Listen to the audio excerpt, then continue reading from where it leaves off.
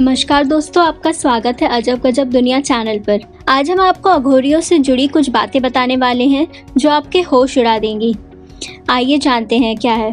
आपने कुंभ के मेले में या शमशान में साधुओं को तपस्या करते हुए देखा होगा। कई बार तो इनके लंबे बाल या इनके पहनावे को देख लोग डर जाते हैं। इन्हें अघोरी कहते हैं। अघोरी का नाम सुनते ही कुछ लोगों के मन में डर बैठ जाता है, परंतु अघोरी इतने डरावने केवल दिखने में ही होते हैं। वास्तव में ये बहुत सरल होते हैं। इनके बारे में कई ऐसी बातें हैं जो आम लोग नहीं जानते हैं।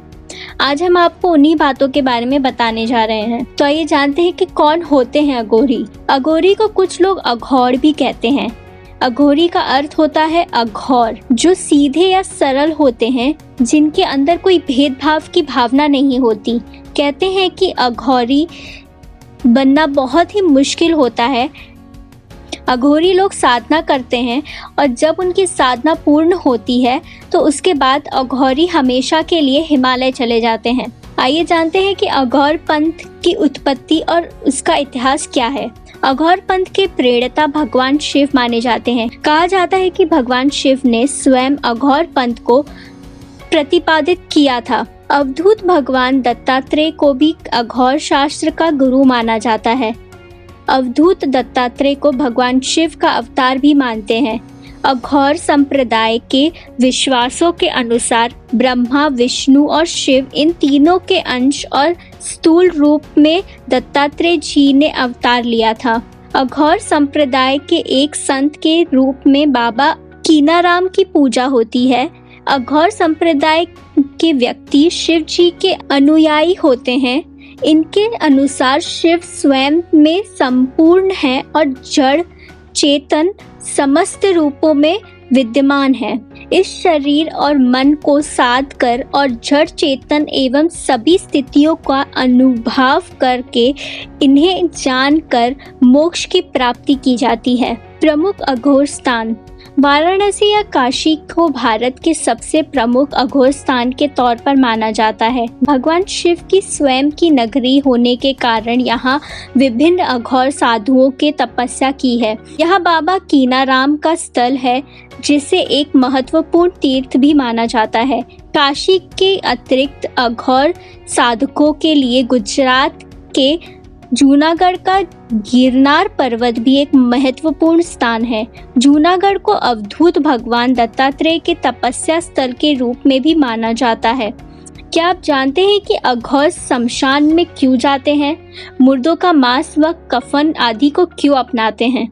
ऐसा इसलिए क्योंकि जिनसे लोग घृणा करते हैं, अघोर उन्हें अपनाते हैं। लोग शमशान, लाश, मुर्दे या मांस व कफन आदि से घृणा करते हैं, लेकिन अघोरी इन्हें अपनाते हैं। अघोरी विद्या व्यक्ति को ऐसा बनाती है जिनमें वे अपने व पराये को भूलकर सबको एक समान मानने लगते हैं। उनके मन में कोई भेदभाव नहीं होता और उनके लिए सब एक समान होते हैं। अघोर विद्या सबसे कठिन होती है, लेकिन तत्काल फलित होती है। साधना करने से पहले इन्हें मोह माया का त्याग करना पड़ता है। हम अघोरी उन्हें भी कहते हैं जिनके भीतर से अच्छे बुरे, सुगंध दुर्गंध, प्रेम नफरत, ईर्ष्या मोह जैसे सारे भाव मिट जाते हैं।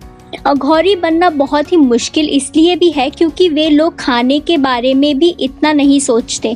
उन्हें रोटी मिले तो रोटी खा लेते हैं, खीर मिले तो खीर, बकरा मिले तो बकरा और यदि मानव शव मिले तो उसे भी परहेज नहीं करते। अघोरी लोग सड़ते पशु का मांस भी बिना हिचकिचाहट के खा लेते हैं, परंतु अघोरी गौ माता का मांस कभी नहीं खाते। ऐसा इसलिए क्योंकि वे शमशान में अपनी साधना करते हैं, जिसका एक विशेष महत्व है।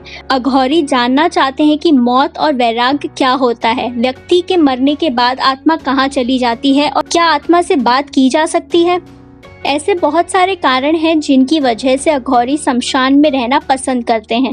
उनके अनुसार शमशान में साधना करना फलदायक होता है और वे शमशान में साधना इसलिए भी करते हैं क्योंकि वहां साधारण मनुष्य जाना पसंद नहीं करते, जिससे उनकी साधना में कोई विघ्न भी नहीं पड़ता है। अघोरी का मानना यह भी है कि शमशान में शिव जी का वास होता है और उनकी उपासना हमें मोक्ष की ओर ले सकती है। किंतु जो लोग दुनियादारी और गलत कामों के लिए तंत्र साधना करते हैं उनका अंत बहुत ही बुरा होता है।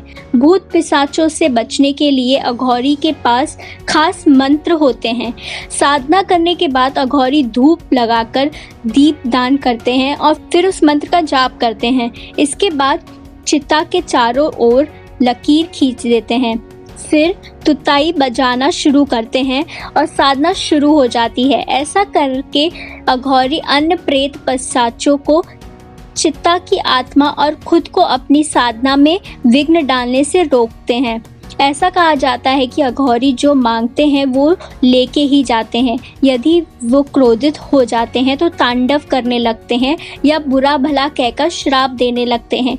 एक अघोरी की आंखें लाल होती हैं, लेकिन अघोरी की आंखों में जितना क्रोध दिखाई देता है, बातों में उतनी ही शीतलता होती है।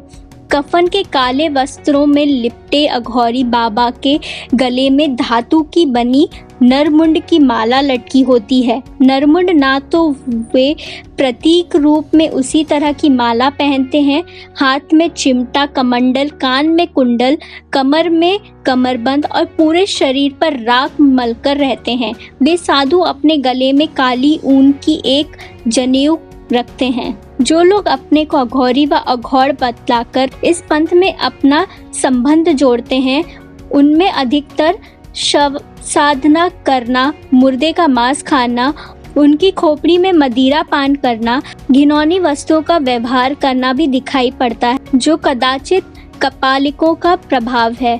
इनके मदिरा और सेवन का संबंध गुरु दत्तात्रेय के साथ भी जोड़ा जाता है, जिनका मत कलश के साथ उत्पन्न होना भी कहा गया है।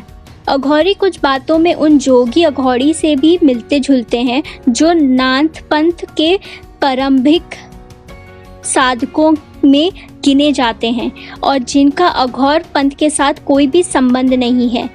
इनमें निर्वाणी और गृहस्थ दोनों ही होते हैं और उनकी वेशभूषा में भी सादे अथवा रंगीन कपड़े होने का कोई कड़ा नियम नहीं है। अघोरी के सिर पर जटा, गले में स्फटिक की माला तथा कमर में घाघरा और हाथ में त्रिशूल रहता है, जिससे दर्शकों का भय लगता है।